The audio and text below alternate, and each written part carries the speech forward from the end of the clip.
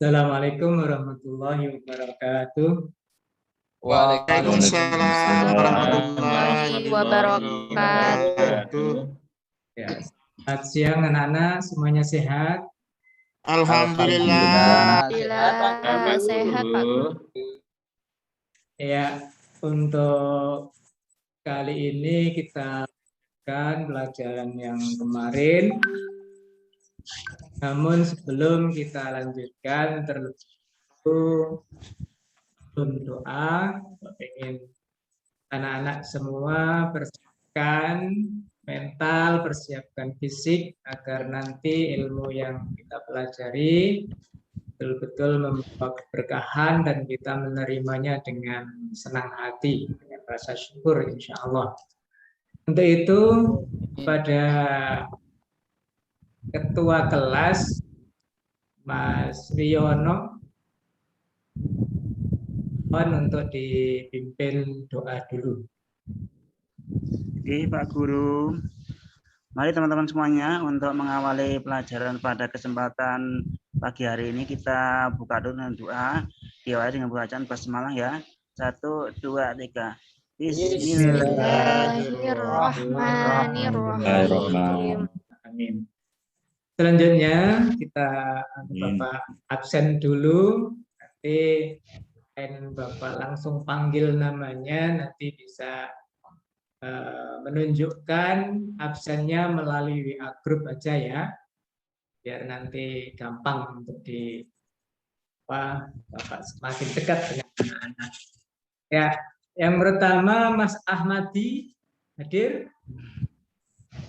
Ada Pak, hadir. Mas Selamat. Hadir Pak. Mas Erham. Hadir Pak. Mbak Dika. Mbak Dika. Oh, Hadir. Kamar mandi Pak. Hadir Pak, hadir. Ya. Ya, alhamdulillah, saya kira sudah cukup absen, semuanya bisa masuk dan aktif. Selanjutnya, anak-anak, bahwa pada kesempatan ini akan kita bahas tentang masalah khutbah, tabligh dan dakwah.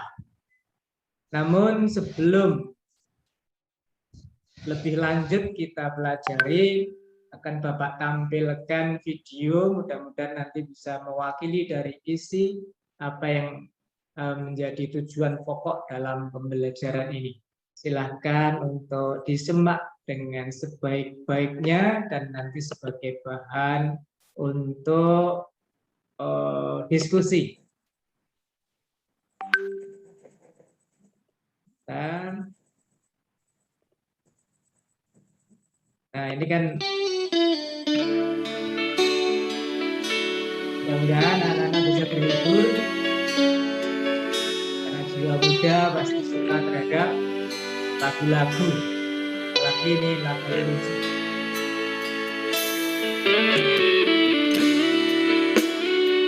Maaf, musiknya sakit didengar.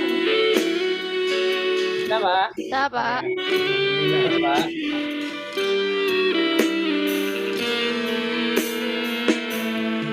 Selalu bersama di setiap waktu,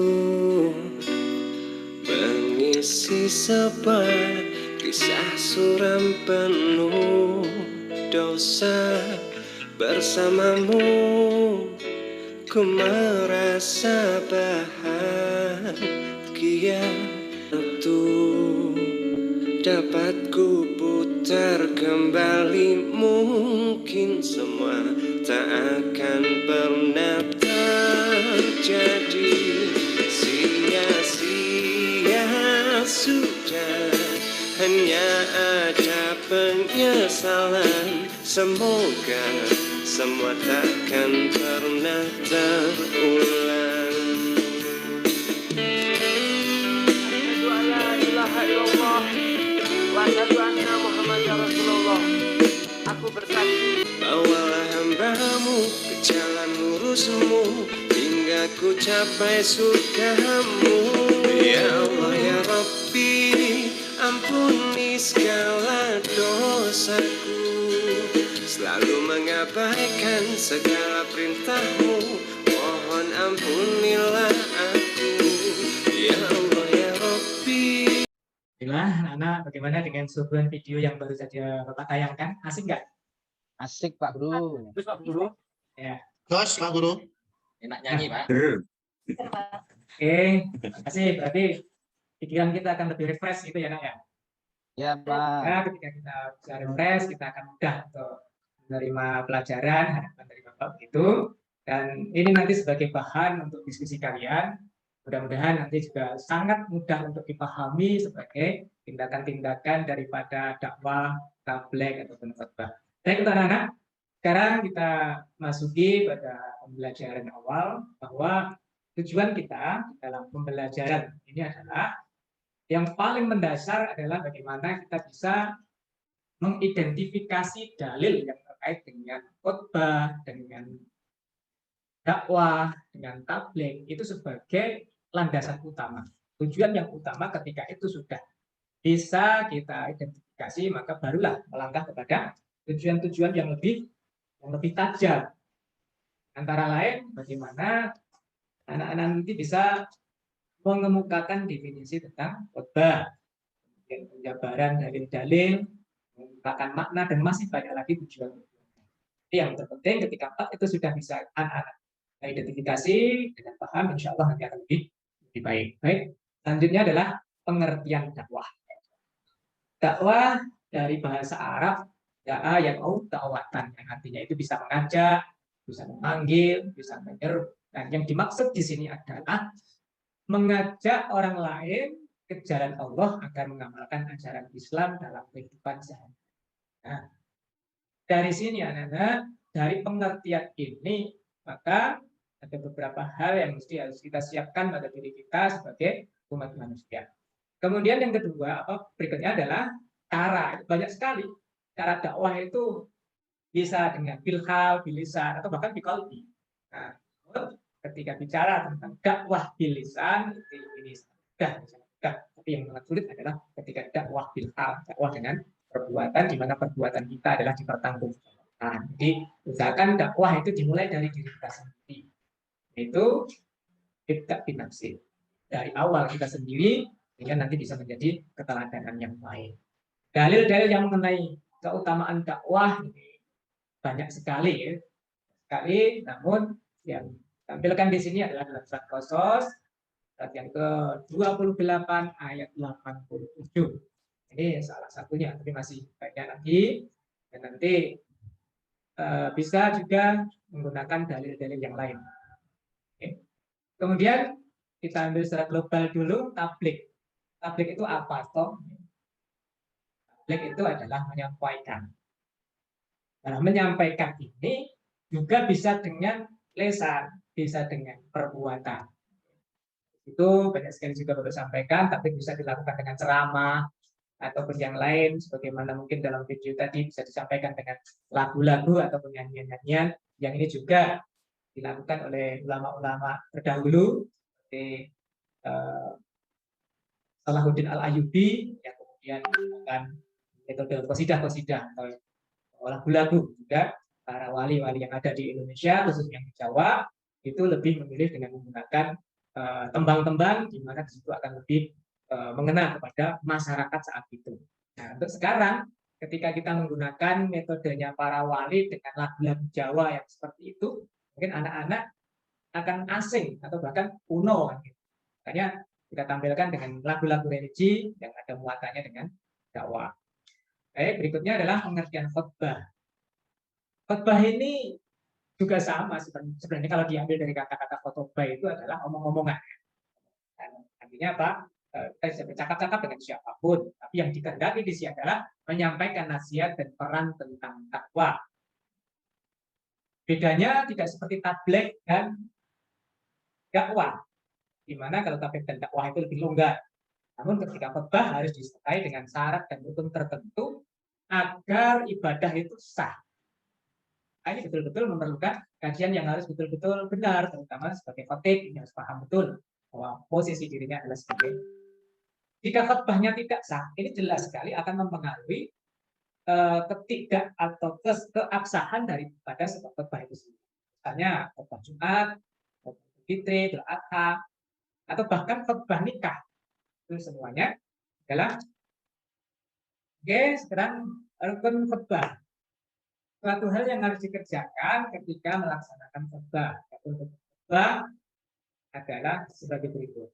Yang pertama membaca pujian-pujian. Ini artinya itu membaca hamdalah. Alhamdulillahirabbil alamin atau ditambah dengan yang lain. Tapi yang paling pokok adalah lafaz hamdalah. Yang kedua adalah syahadat kayak minimal asyhadu alla ilaha illallah wa asyhadu anna. Yang ketiga adalah membaca sholawat atas Nabi. Yang paling minim adalah Allahumma sholli ala sayyidina Muhammad. Kemudian berwasiat takwa dan membaca Al-Quran. Dalam hal ini diupayakan yang dibaca itu adalah sesuai dengan apa yang akan disampaikan di dalam.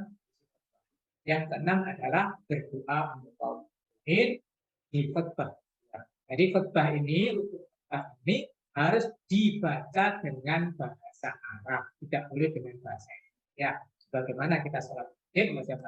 Anak-anak, sebelum Bapak akhiri dari video yang Bapak tampilkan tadi, silakan Bapak kasih waktu untuk berdiskusi, waktu cuma 10 menit. Mulai sekarang, untuk dipersiapkan. Oke anak-anak, ya, saya kira cukup. Untuk diskusi yang sudah kita rencanakan dijadikan 3 kelompok itu, silakan setiap kelompok untuk bisa mempresentasikan.